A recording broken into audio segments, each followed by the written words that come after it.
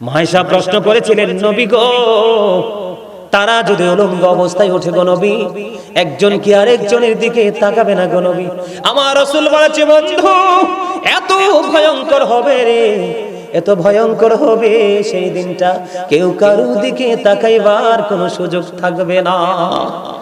এত ভয়ঙ্কর হবে, এত বিপজ্জনক হবে বন্ধু। গর্ভবতী মা তার বাচ্চাটা প্রসব করে ফেলবে, বলতে পারবে না।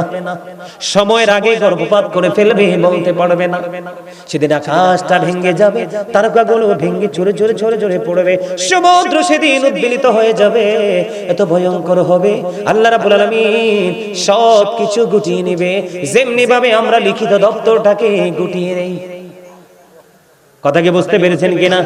আমরা আমাদের যেই কোনো দপ্তরকে গোছাই কিনা, নির্দিষ্ট সময়ে যখন আসে আমরা গুছিয়ে নেই বন্ধু। এটা আমার বানানো কথা নয়, আল্লাহ রাব্বুল আলামিন বলেছেন, ইদাস সামাউ ফাতারাত ওয়া ইদাল কাওয়াকিবু তাদারাত ওয়া ইদাল বিহারু ফুজ্জিরাত ওয়া ইদাল কুবুরু বুসিরাত আলিমাত নাফসুম মা কদ্দামাত ওয়া আখরাত। জোরে জোরে বলুন আল্লাহু আকবার। আকাশটা কি হয়ে যাবে? ভেঙে যাবে, তারকাগুলো বন্ধু ঝরে ঝরে পড়বে, অস্বীকার করার কোনো সুযোগ নাই। এত ভয়ঙ্কর, এত অন্ধকারাচ্ছন্ন হবে সেই দিনটা।